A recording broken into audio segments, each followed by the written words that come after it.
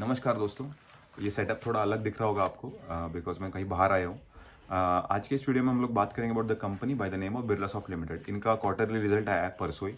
सो इस कंपनी को मैं काफ़ी क्वार्टर्स से ट्रैक कर रहा हूँ। बेसिकली ये आईटी सर्विसेज कंपनी है जो mid to large size clients के साथ डील करती है। इनका मेजर जो बिजनेस आता है वो मैन्युफैक्चरिंग वर्टिकल से आता है और इनके की ऑफरिंग्स में ERP is a very key offering.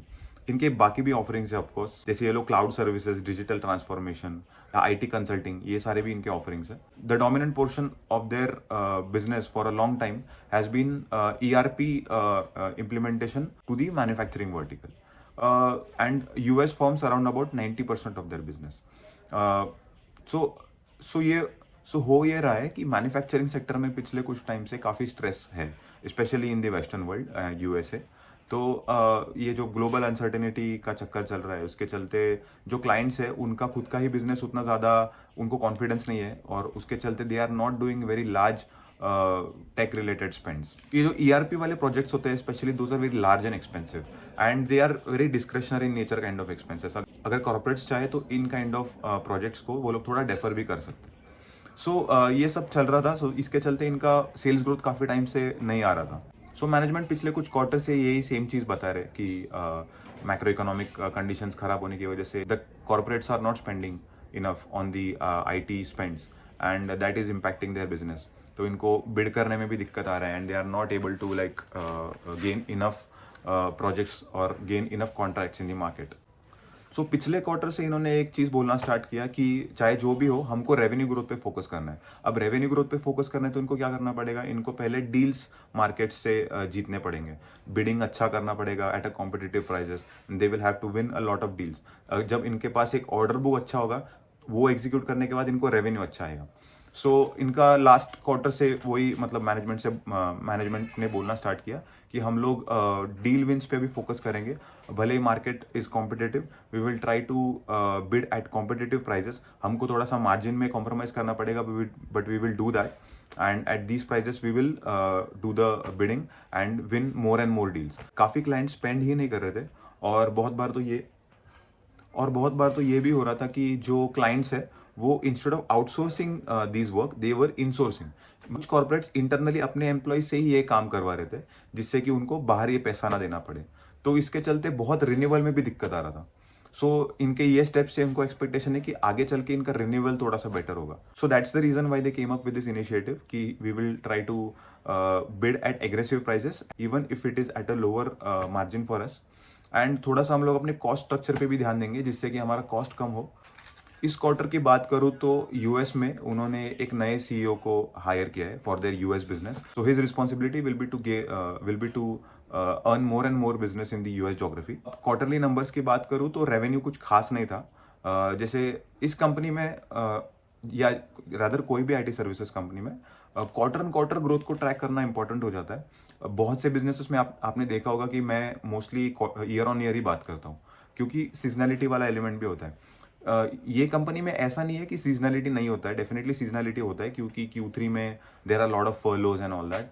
But furloughs मतलब बहुत से एम्प्लॉयज छुट्टियों पे वगैरह जाते हैं तो उस टाइम पे थोड़ा सा बिलिंग पीरियड पॉज हो जाता है। मैनेजमेंट ने पिछले क्वार्टर में बोला था कि हमारा क्वार्टर ऑन क्वार्टर ग्रोथ हम लोग फोकस करेंगे, will try to get more and more deals so that हमारा अगले साल का revenue growth will be taken care of because of that.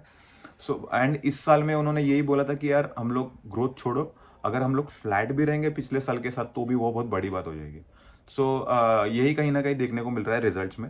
ये जो क्वार्टर ग्रोथ था वो रुपी टर्म्स में 3.4% था बट डॉलर टर्म्स में it was only 0.1%, which essentially means that quarter they were flat और कोई खास रेवेन्यू ग्रोथ आया नहीं है।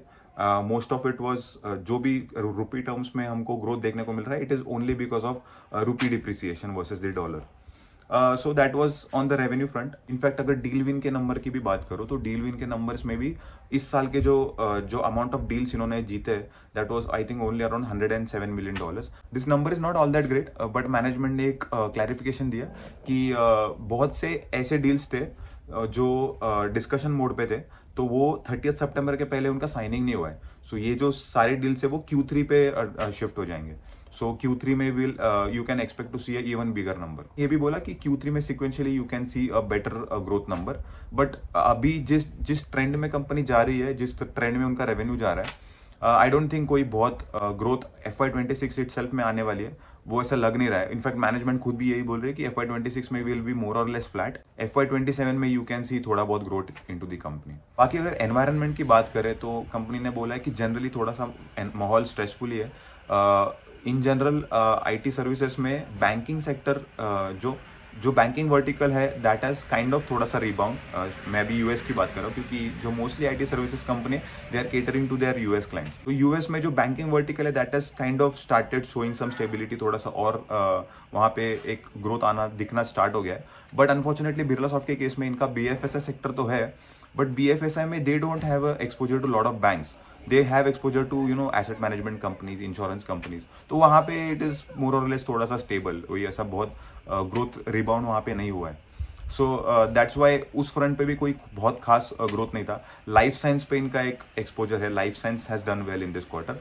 एंड जैसे मैंने बोला राइट, मैन्युफैक्चरिंग तो वैसे ही कुछ हुआ नहीं है इस क्वार्टर में। सो ये लोग बोल रहे हैं कि जब मैन्युफैक्चरिंग का साइकिल पिकअप होगा तब जो ERP के projects once they start picking up, तब फिर it will be a even better scenario to look into this company. जो ERP का बिजनेस होता है it is very closely linked with the manufacturing, क्योंकि मैन्युफैक्चरिंग के जो क्लाइंट्स हैं उनके लिए ERP is a very important element into their business. जब मैन्युफैक्चरिंग के क्लाइंट्स ERP रिलेटेड स्पेंडिंग करना स्टार्ट कर देंगे तब इस कंपनी को बहुत अच्छा एक किकर मिल सकता है। तो इस क्वार्टर में एबिडा की बात करूँ तो एबिडा थोड़ा अच्छा था, it was like 16% versus 12.4% in the previous quarter. इसका रीजन मैनेजमेंट ने ये बोला कि they had a few good accounts and also there was some operational efficiency which led to these margins, but to a larger extent this was also related to forex, क्योंकि रुपी depreciate हो रहा है तो उसका benefit definitely export oriented companies को मिलता है जैसे Birlasoft. And there was a one off, तो उसके चलते मार्जिन थोड़ा सा बेटर था इस क्वार्टर में।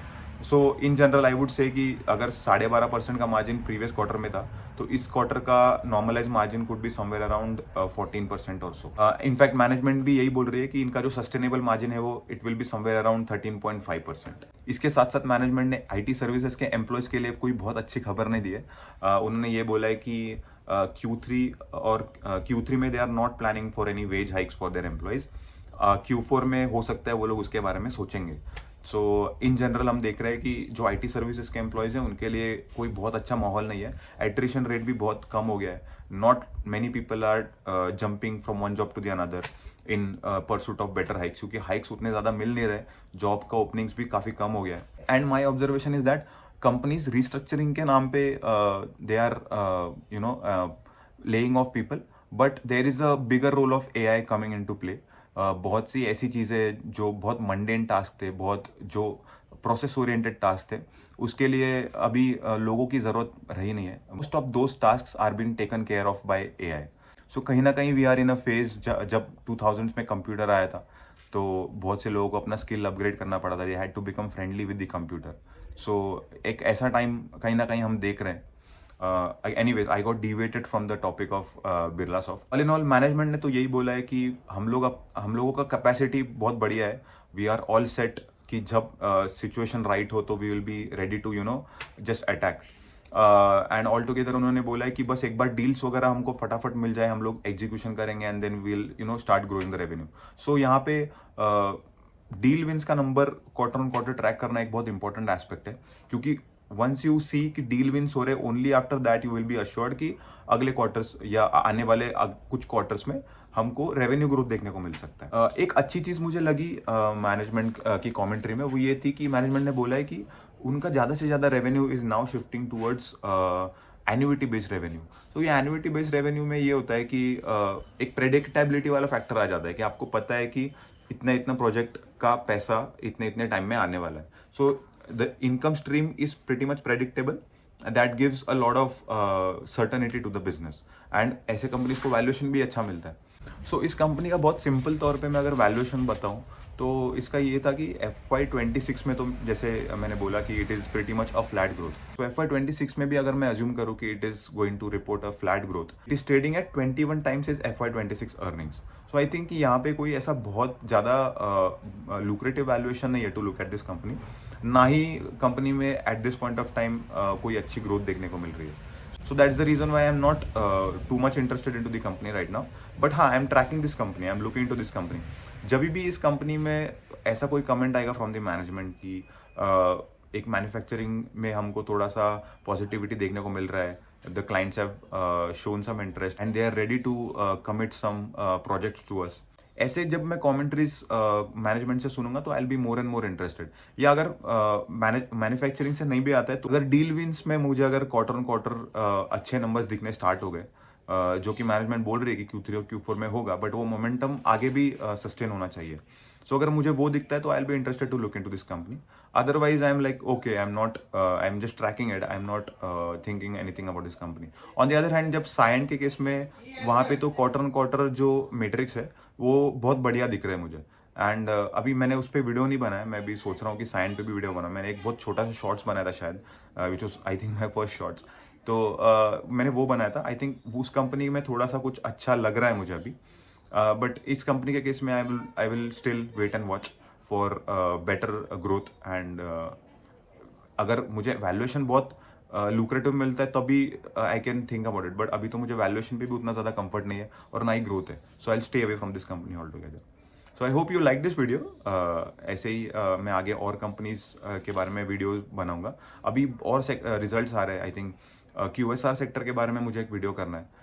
मुझे एक पैकेजिंग कंपनी के बारे में करना है, the company by the name of Moldtek packaging. So see you in the next videos and hopefully this content was useful. If yes then आप शेयर कीजिए आपके दोस्तों के साथ ये videos and let me know your thoughts, your views about IT sector, about the companies into the comment section.